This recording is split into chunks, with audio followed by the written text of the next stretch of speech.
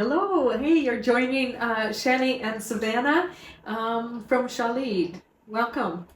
So today our episode is going to be about Savannah's gift. Yeah.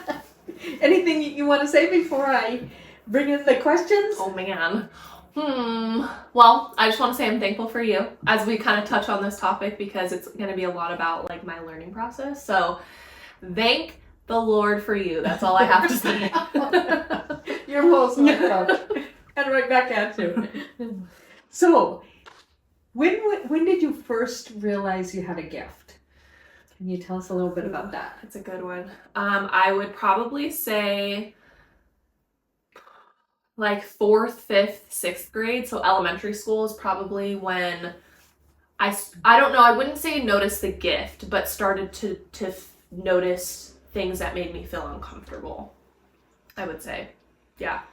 And then kind of, I guess, maybe bridging into that, like what made me feel uncomfortable. I was afraid of the dark. I felt like I was being watched by something, didn't know what it was. A lot of this stuff for me was kind of started at night.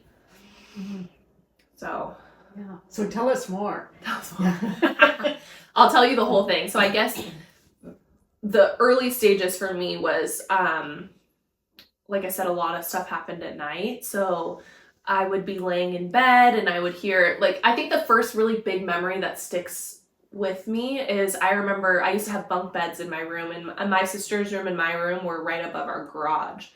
And I was laying in bed and I remember calling my dad to the room and I told him, like, Dad, you left the radio on downstairs. Like, I can hear music coming from the garage. And he was like, oh, let me go turn it off. Because he would work out in the garage a lot and we had a radio out there.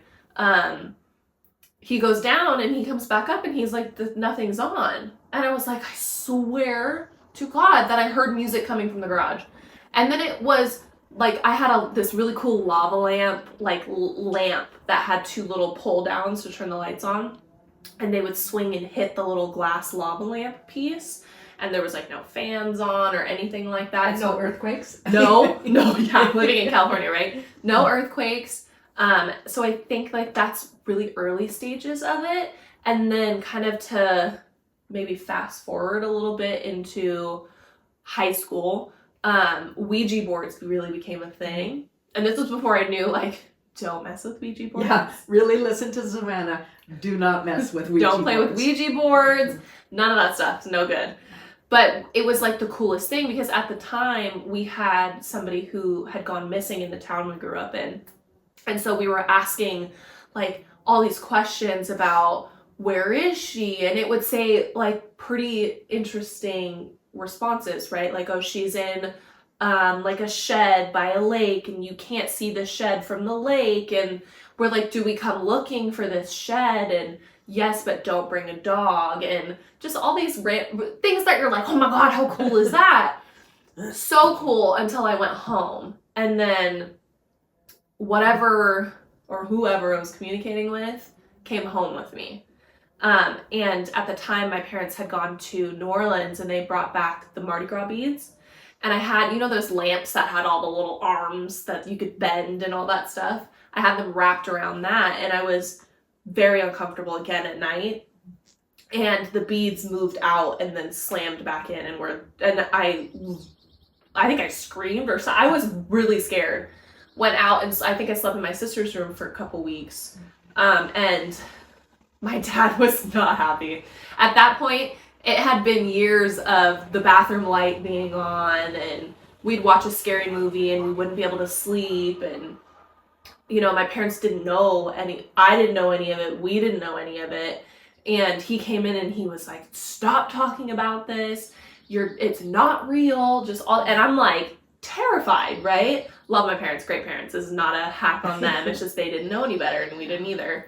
So because the bathroom light would turn on its own? No. So we would turn the bathroom light on because we were scared of the dark in the dark hallway. So my sister and I would turn the bathroom light on so that it would light up both of our rooms. But that sucks up energy, right? And so my mom would always come and turn it off. But there were times where because I could see all the way down the hallway. There were times where that bathroom light would turn off and it wouldn't be my mom. And my sister had a direct view from her room to the bathroom. And so, and we always knew. We knew when it was my mom and we knew when it wasn't my mom. Because I would say to my sister, did you see that? And she was like, nobody was there. The light just turned off. So it got progressively worse in the house that we grew up in. And not anything dangerous or really anything like that. Just so much activity, so many lights turning off and lights turning on. And yeah, just our dogs were afraid of the garage and stuff like that. So that's early times before I really knew what was going on. It just was fear for me, was the big emotion.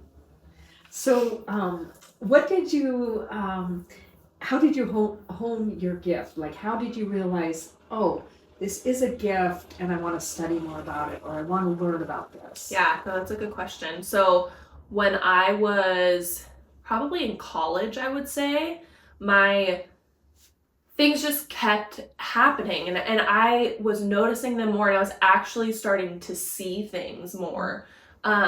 Like see spirits? See spirits, yeah. Mm-hmm. So it went from just feeling uncomfortable to starting to see, but it wasn't like how looking at you and I, right? Mm-hmm. It was like a projection of like I could just visualize it in my head, what I was seeing.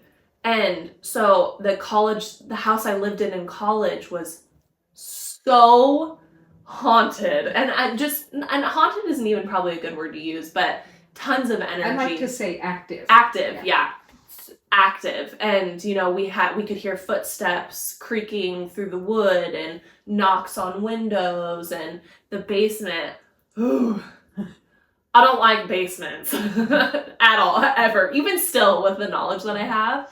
But so things just got progressively stronger for me. And my mom, she was saying, and a little bit scary at times. So there was, I used to work at an emergency youth shelter, and there were things that didn't look human, and it was very scary to see. And, I didn't know anything about it at all. To me, I was like, that's a demon. That's something bad because it looks not human. So I think my mom was probably a little bit nervous for me at that point. And she was like, you really need to find a mentor. And so she was looking up shamans that I could study with. And this is when I lived in Iowa.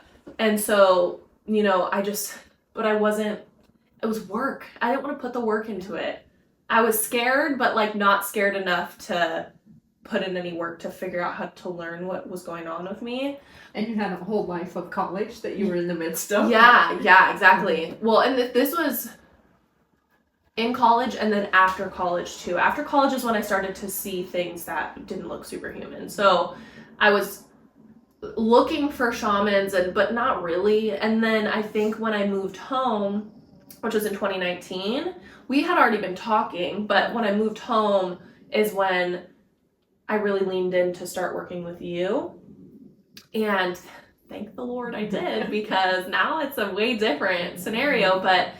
And maybe you can kind of, let me just flip the switch on you, but maybe you can kind of explain that process of me reaching out to you and what your thoughts were about me working with you. Yeah. Well, I'd already been working with you and your family, like some activity would be going on in one of your college homes or at your family home. And so that we would work through that. I remember one night you called me kind of late, like I was sleeping, and you're like, yeah, one of my relatives is here, banging on my door, Yeah, that was cool. And I'm trying to get him out of the house.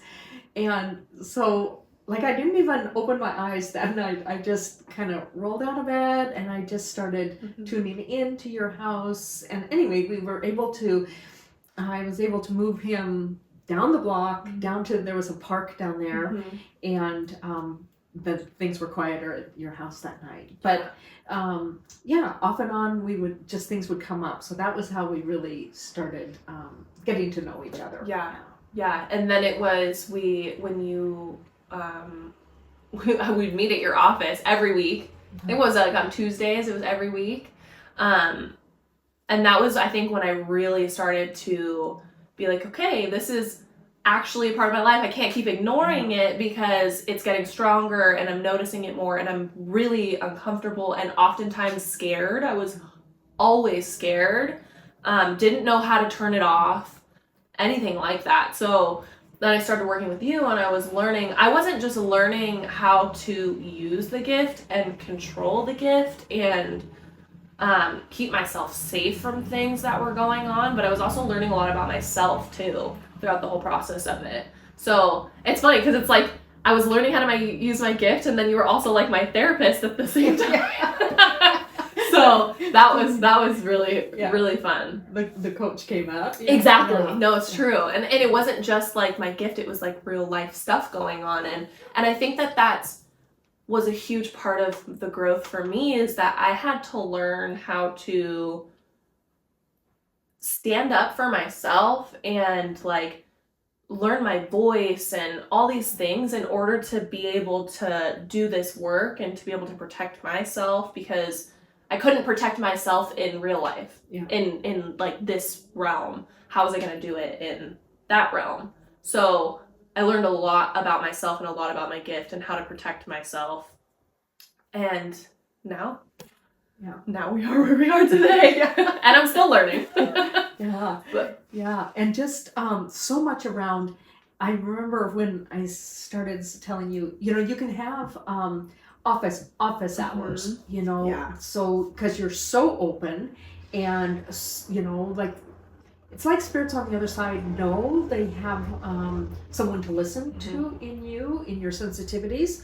And so it's like, okay, you put up office hours, and really beyond that, it's really about building boundaries, and say, no, it's not office hours. You can come back between 5 and 6. No, it's so funny you say that. It's so true. And in the beginning, I think it was like for me, it had to be an active thought. Like when I would start to feel things, I was like, no, I'm sorry, come back later. I'm not dealing with this right now. Or it's funny, I actually get kind of annoyed or upset when things start to mess with things, when I'm not open to it. I'm like, you know what? Leave me alone. It is not my office hours right now. So I am really strong with my boundaries, and I had to learn that. That's something that I had to actively learn. And now I don't have to think about it. It just, when I tune in is when I'm ready to work, and when I'm not, I don't want to feel you. I don't want to hear you. I don't want to see your shadow. I don't want to see you move my things. Just hard no. Because I grew up with a lot of activity in my home. And so for me, that's a big trigger for me. Don't mess with my space. So maybe tell a little bit about what was the straw that broke the camel's back. Like you finally reached out to me and you said, Shanny, I just need help. My mom's been suggesting that I ask you to teach me about this, and finally, I'm just reaching out.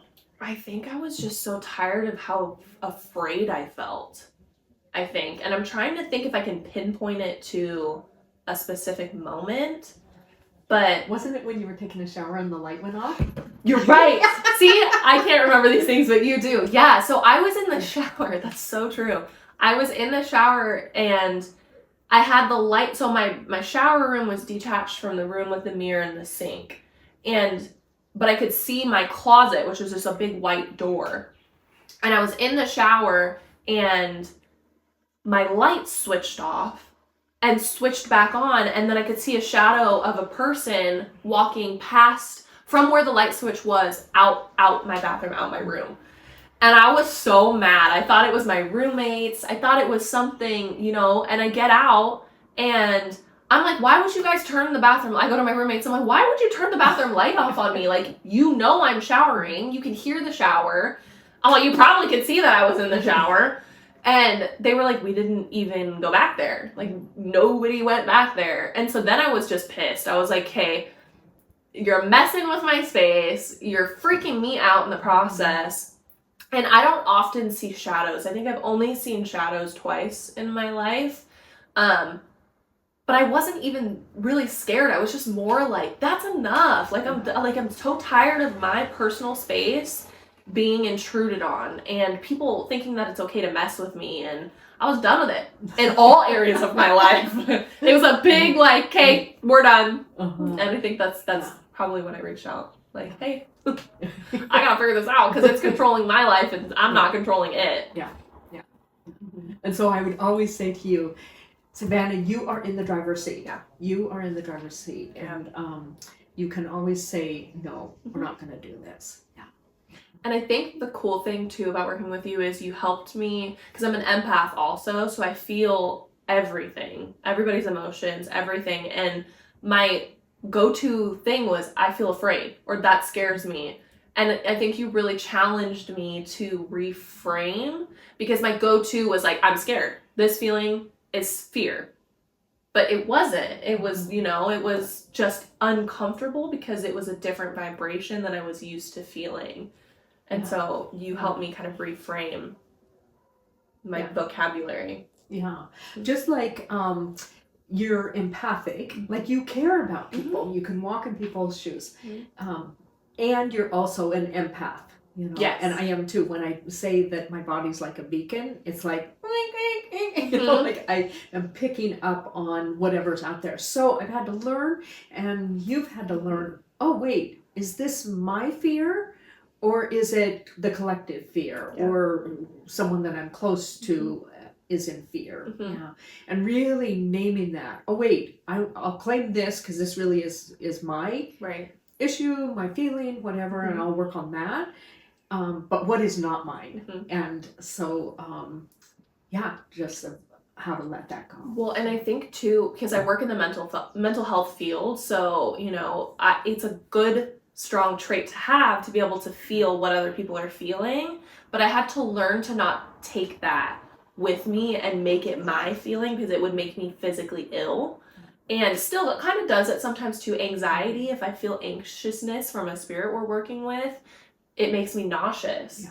So I had to really learn, it's a great tool to have, but you have to be able to control it, or it will actually physically affect your body. Yeah. Which is interesting. It really is interesting. And just a little segue on that.